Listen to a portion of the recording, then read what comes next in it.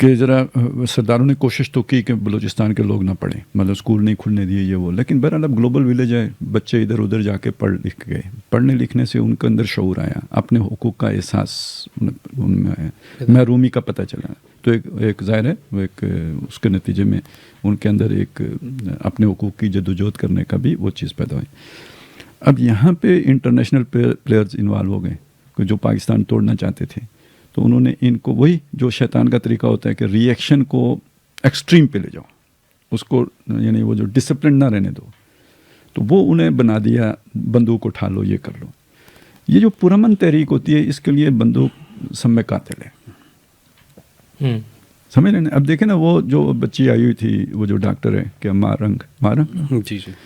اب اس کو جو سب سے زیادہ کاؤنٹر کیا گیا وہ کس بات؟ آپ ان کی مذمت کرتے ہو، آپ ان کی مذمت کرتے ہو، اب اس کا مسئلہ کوئی نہیں سمجھ رہا، اب وہ مذمت کر کے اس نے اسلام آباد لینا ہے، اس نے واپس وہاں جانا ہے، مطلب آپ فاٹا میں رہتے ہو، آپ سے کہا جائے کہ پہلے ان کی مذمت کرو پھر یہاں پہ رہو، کوئی آپ زندہ رہیں گے؟ اب یہ چیز کوئی نہیں سمجھ رہا کہ بھائی اس کا مسئلہ کیا ہے، اس نے واپس وہاں جانا ہے، ان کے ڈائنامکس مختلف، ٹھیک ہے۔ اچھا یہ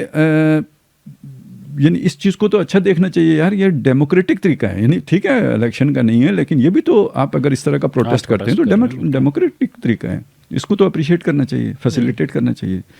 کوشش کرنی چاہیے کہ وہ بندوق والی جدوجہد اس جدوجہد کے ساتھ بدل جائے، لیکن یہ کہ یہ کچھ نہیں ہوا، اور اس کو اسی تناظر میں دیکھا گیا کہ یہ در حقیقت اندر سے ایک ہے،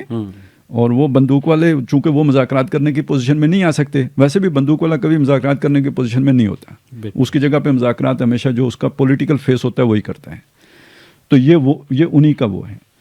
تو جب اس طرح دیکھا جائے گا تو پھر رویہ وہی رکھا جائے گا جو ان کے ساتھ رکھا جاتا ہے۔ اب ان کی اس جدوجہد کو نقصان کس نے پہنچایا؟ اس بندوق والی جدوجہد نے، وہ فروٹفل ہو نہیں سکتی، مفید نہیں ہو سکتی، اس کے نتائج نہیں نکل سکتے،